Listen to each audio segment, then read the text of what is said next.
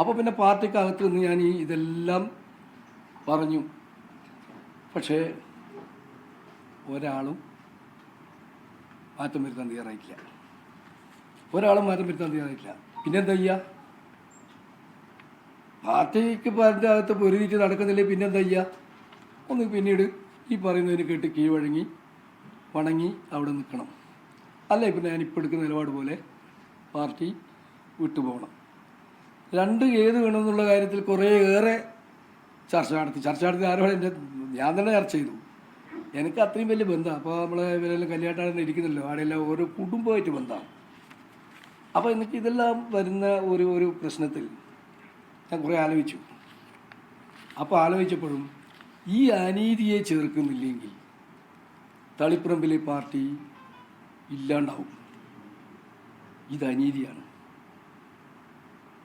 പിന്നെ ഗോവിന്ദമാഷ് MLA ആയതിന് ശേഷം ഉണ്ടായിട്ടുള്ള ചില കാര്യങ്ങളുണ്ട്. ഞാനതിൽ ആരോപണമായിട്ടൊന്നും ഞാൻ ചെയ്യും. പക്ഷെ ഒരു കാര്യം ഞാൻ നിങ്ങളുടെ ശ്രദ്ധയിൽപ്പെടുത്താം.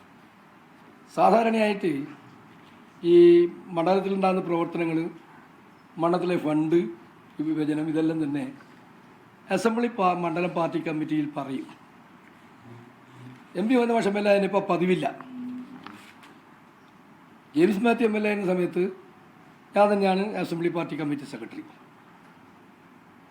അപ്പോൾ അസംബ്ലി പാർട്ടി കമ്മിറ്റി വിളിച്ച് നമ്മളെന്ത് പറയും, ഇന്ന് ഇത്ര പേർക്ക് റോഡുണ്ട്, അത് ഇന്ന സ്ഥലത്ത് കൊടുക്കണം തീരുമാനിക്കും. അതുപോലെ തന്നെ MLA എന്നുള്ള നടത്തിയ പ്രവർത്തനങ്ങളുടെ വരവ് ചെലവ് കണക്ക് ഓഡിറ്റ് ചെയ്യാൻ നമ്മൾ ആളെ നിശ്ചയിക്കും. അസംബ്ലി മണ്ഡലം കമ്മിറ്റിയിൽ ഓഡിറ്റ് ചെയ്യാൻ നിശ്ചയിക്കും. ഓഡിറ്റ് ചെയ്തിട്ടുള്ള കണക്ക് പിന്നീട് കമ്മിറ്റിയിൽ വെക്കും. അങ്ങനെ കൃത്യമായി ചെലവ് ചെയ്ത കണക്കിൻ്റെ ഓഡിറ്റ് ചെയ്ത് കണക്ക് വെച്ച് വികസനം MLA ഫണ്ട് ഉൾപ്പെടെയുള്ള ഫണ്ടുകൾ എങ്ങനെ വിനിയോഗിക്കുന്നുള്ളതിനെക്കുറിച്ച് ഈ മണ്ഡല കമ്മിറ്റിയിൽ ആലോചിച്ചിട്ടാണ് തീരുമാനിക്കുക. ഇതാണ് പാർട്ടി രീതി. MV ഗോവിന്ദമാഷ് സെക്രട്ടറി ആയതിനു ശേഷം അങ്ങനെ മണ്ഡലം കമ്മിറ്റിയിൽ ഇങ്ങനെയൊരു രീതി ഉണ്ടായിട്ടില്ല. എനിക്കറിയാലോ, എനിക്കാണല്ലോ അടുത്ത ഏരിയ കമ്മിറ്റിയും ചുമതല എനക്കാണ്, മണ്ഡലം കമ്മിറ്റിയും ചുമതല എനക്കാണ്. ഈ രീതി ഉണ്ടായിട്ടില്ല. അവിടെ കങ്കയമായിട്ട് നടന്ന ഇതുണ്ട്, എന്താ പറയുക, ഭയങ്കര ഹാപ്പിനെസ്സാണ്. സ്വാഭാവികമായിട്ടും ഞാൻ അവിടെ ഒരു ചാർജ് വഹിക്കുന്ന ഒരു ഏരിയ ജില്ലാ സെക്രട്ടേറിയറ്റ് മെമ്പറല്ലേ,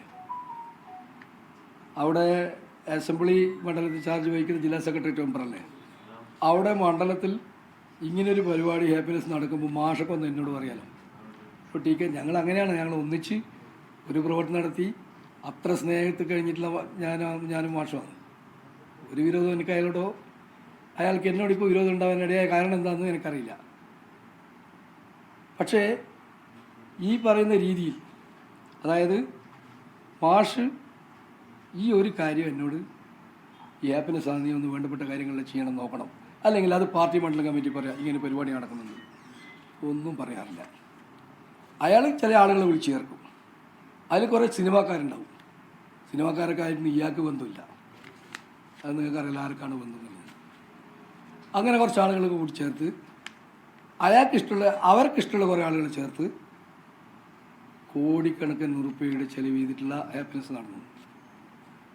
അതിൽ സ്പോൺസർഷിപ്പ് ഉണ്ടെന്ന് പറയുന്നത് കേൾക്കുന്നു, ഗവൺമെൻറ് ഗ്രാൻഡ് ഉണ്ടെന്ന് പറയുന്നത് കേൾക്കുന്നു. ഇതൊക്കെ കേൾക്കലാണ്. ഇതൊന്നും എവിടെയും ഒരു കണക്കും പറയുന്ന അവസ്ഥ ഉണ്ടായിട്ടില്ല. ലോകത്തെവിടെയായാലും ഏത് സമയത്തും 24 വാർത്തകളും ഓഗ്മെന്റഡ് റിയാലിറ്റി പാക്കേജുകളും എക്സ്പ്ലെയിനറുകളും വിശദമായി കാണാൻ ഞങ്ങളുടെ YouTube ചാനൽ നിങ്ങൾക്ക് സബ്സ്ക്രൈബ് ചെയ്യാം.